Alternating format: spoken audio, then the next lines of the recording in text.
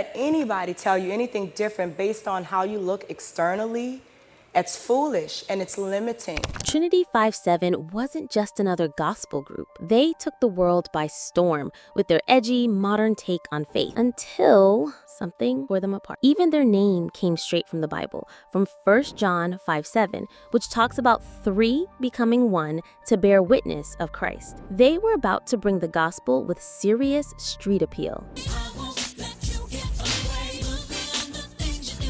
It all started when New Orleans entrepreneur Kenneth Grant had this brilliant idea to create a girl group that had the cool, edgy vibe of Destiny's Child, but stayed committed to the Lord. One Sunday at Greater St. Stephen's Full Gospel Baptist Church, Kenneth was floored when Chanel belted out a solo. Her voice hit him like a freight train. Then, as if by fate, at a fast food joint, he ran into Angel Taylor. But the best part? The duo already knew each other, but it was the dream of this group that brought them together. The nostalgia is evident, even in the way they speak about the past. We had gospel music, and then I would bring my R&B, and we would share, but we never sang together until she asked me to be a part of the group. The missing piece became none other than Terry Brown, a standout from the church choir. Trin-i-Tee 5-7 was born. Kenneth, Angel, Chanel, and Terry were about to take a huge step toward their dream. One day, as if guided by fate, they found themselves in Chanel's living room, nervously waiting for two big-time record executives, Vicky and Claude Latayade, who were in New Orleans. The group sang Father, an unreleased song they'd written, and Chanel couldn't shake the feeling that this was it, the moment they had been waiting for. You know that gut feeling when you just know something big is about to happen? She had it. And trust, they had always dreamed big. She recalls. We hoped, we dreamed. We dreamed. Yeah. We always dreamed very big. Never limited ourselves. A couple of days later, Claude called with the news. They were officially signed to Be Right. It was happening. It was 1998, and Trin-i-Tee 5-7 was ready to make waves. Their debut EP dropped, and soon after, their self-titled full-length album hit the scene and took the Christian music world by storm. These ladies were the Christian version of Destiny's Child, with a twist of En Vogue's sultry style mixed with a message of faith. They rocked a more modern, sexy, stylish look, but always kept it classy. Some in the Christian community weren't too happy about it. Too much style for a Christian group, they said. But hey, rock stars have been mixing faith and fashion for decades. Their philosophy was clear as day. Faith doesn't need to be boring, and they made that clear. You never know who's being inspired by your music or whatever it is that you're contributing to this universe. But they didn't stop there. R. Kelly, yes, that R. Kelly, jumped on board as a producer. But before you start thinking this was going to be some raunchy R&B chaos, let me stop you right there. Trin-i-Tee 5-7 stayed true to their roots. They didn't dip into the explicit or thug life territory that Kelly was known for. Then, in 1999, things got a little more interesting. Terry Brown left the group, opting for motherhood. And now the million-dollar question was, who could replace her? Well, none other than Adrienne Anderson, the group's makeup artist, who had been behind the scenes slaying the makeup game for the trio. As it turns out, she could sing, and the secret didn't stay hidden for long. One day, while chilling at Adrienne's apartment with some pie and ice cream, the girls finally asked her to sing. Here I come once again. And just like that, Adrienne came on board and the vibe was all set. So in 1999, the new lineup of Chanel, Angel, and Adrienne teamed up with some of the best producers in the game. Armando Colon, Fred Jerkins III, Joe Wilson, and Gerald Isaac to create a sound that was uniquely theirs. And guess who else jumped on board? Kirk Franklin on Gonna Get Myself Together.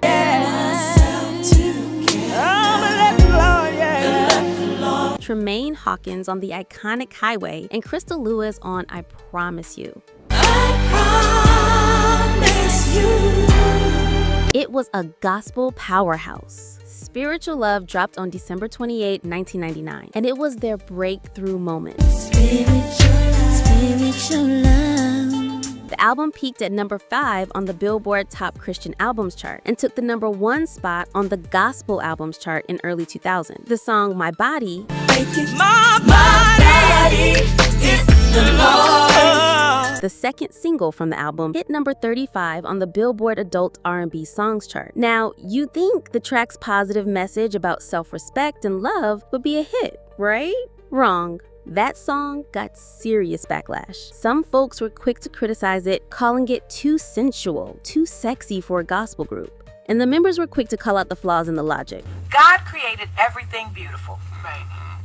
Why is it that the church has a problem when the beautiful ones start taking beautiful pictures? But let's not forget, Trin-i-Tee 5'7" was all about pushing boundaries while keeping that Christian message intact. The controversy didn't stop them. My Body was a hit, and it helped the album soar to over 1 million copies sold worldwide. They'd done it. Oh, my body is the Lord. It's the Lord. While the ladies were basking in their success, Adrienne had a calling of her own. In December 2000, she founded Be an Angel, Wear Your Halo Foundation in Sacramento, California. The organization aimed to help struggling families by providing care packages filled with everything from bath products to snack foods to college supplies. Fast forward to 2002, and Trin-i-Tee 5'7" started facing some serious tension with their label, Gospel Centric. The Kiss was their next big project, but things weren't going as planned. Their track Holla, which had mainstream potential, didn't get the push it needed, and it didn't land on the R&B charts. Kenneth Grant, their manager, left the group, and the ladies were looking for a way out of their contract. But Gospel Centric wasn't having it. They weren't going anywhere. You want to work with people that are not just, I always say I want someone that has heart, but that also has power. That's when Sonia Norwood, Brandy's mom, came into play, bringing Trin-i-Tee 5'7" to new heights, getting them booked on major non-gospel shows, and giving them the mainstream respect they deserve. But even that didn't last. Eventually, the reins were handed over to Matthew Knoll. If that name sounds familiar, it's because it's none other than Beyonce's dad. And you just know that's a whole other chapter. But unfortunately, everything didn't go as planned. In 2005, Trin-i-Tee faced one of the most devastating moments in their lives when Hurricane Katrina wreaked havoc on New Orleans. Lost our family homes for a time. Chanel's home has been rebuilt. My family has moved on, and so I don't have a childhood home to go and visit. Chanel had just moved back to the area, thinking she was settling in. 3 days later, she found herself stranded on a stranger's floor, with only the clothes on her back and no idea when she'd see her family again. Her brothers were still in New Orleans trying to help people, pulling off heroic rescues with an 18-wheeler. They made 3 trips to save as many people as they could. Angel's family lost their home and car in the flood. But through it all, they held on to their faith. Now, back to the music. After signing with Matthew Knoll's Music World Entertainment, their next chapter started with their 4th studio album, T57. The album hit number 2 on the gospel charts and even cracked the Billboard 200 at number 102. But the song that really put them back in the spotlight, Listen. It charted at number 9 on the gospel chart, signaling to the world that Trin-i-Tee 5'7" was still very much here. And they were thankful, not only for the success, but the message their music sent out. Everybody's for everybody, but there's a lot of young people who they see the images, they listen to the music, and they love it, and that's what matters to us. Their Sisters in Spirit tour followed, and they even dropped the deluxe edition of T57, which included the single Get Away. That track earned them 2 Dove Awards and the Grammy nomination. And it became a wake-up call that there were people backing them. We found ourselves with a Grammy nomination and then a Grammy performance, and people really responded, and we found out that people missed us. But after all the success, the women of Trin-i-Tee 5'7" started exploring their individual paths. Chanel went into acting, and Angel became the co-host of 106 in Gospel on BET. Fans, because these next 2 performers, that's where things started getting interesting. Angel, rocking a tight black mini dress on national TV, found herself the target of some serious criticism. Christian viewers weren't exactly thrilled, and the comments exploded online. People had issues with her outfit, sure, but it wasn't just about fashion. The duo's comments about the gospel being too heavy for some viewers set off a firestorm. Then, the tweets started flying. Chanel and Angel went toe-to-toe with critics, defending their choices, explaining that they weren't trying to judge anyone. anyone, but instead just wanted to show the world that God's love is unconditional. And they made their voices clear, claiming how unfair the church was. Like the one time they were invited to perform only to get booed and trussed. They didn't forget the experience. And when we come to the church, it's like they don't remember inviting us. It's like you called me and you asked me to come. You didn't look at my picture before I got here.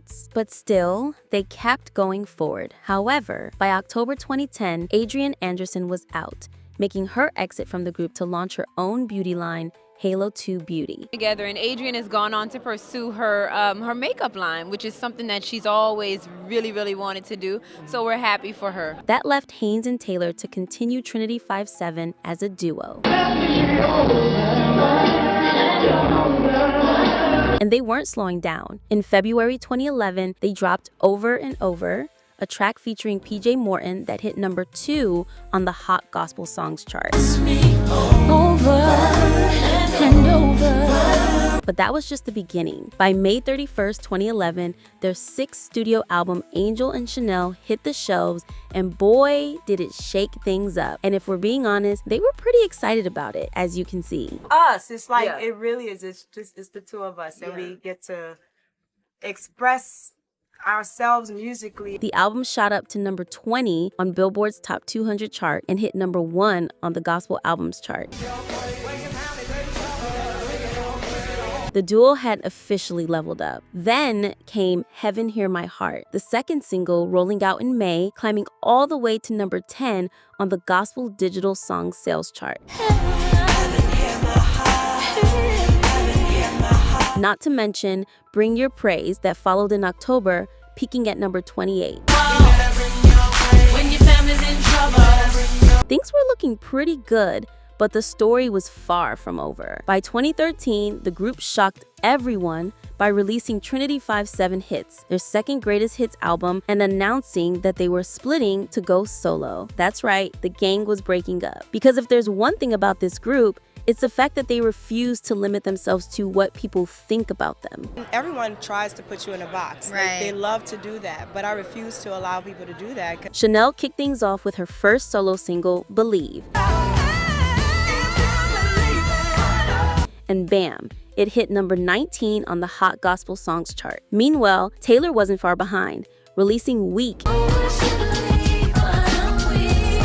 in February 2014 under her own label, Taylor Made Music. She was making waves with her R&B pop vibes. Later that year, Still God followed, adding more fire to the flame. Then, in 2017, she came through with another single, Everything.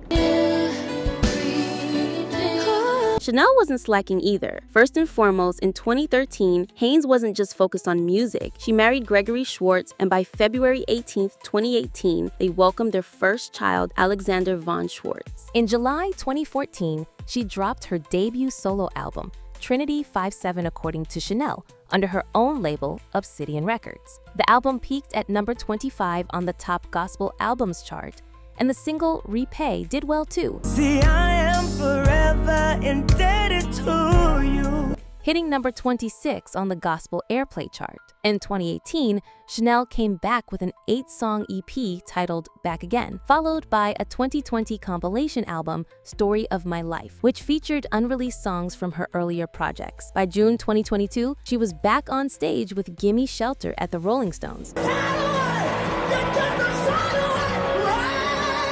Big moves, no doubt. So yeah, life was pretty packed with personal milestones too. But Haynes wasn't done yet. In 2020, she even tried her hand at something big, the role of Tina Turner on Broadway's Tina, the Tina Turner musical. She didn't land the part, but hey, she didn't quit. Haynes went on to audition for the West End UK production, and this time she nailed it. Her performance was met with glowing reviews. In December 2021, Haynes appeared on Walk the Line, a British music competition series. A little respect. A little respect. And by June 2022, she was belting out Gimme Shelter with the Rolling Stones in Milan. No big deal, right? Then, in 2023, Haynes joined the Rolling Stones Hackney Diamonds Tour as a backup vocalist. And the New York Times named her the breakout star of their May 23rd, 2024 show at MetLife Stadium. Talk about stealing the spotlight. Now, let's not forget Angel Taylor. In 2022, Angel made her acting debut in The Comeback, starring Taye Diggs and April Jones. Last year, I had the opportunity of doing a cameo in a film.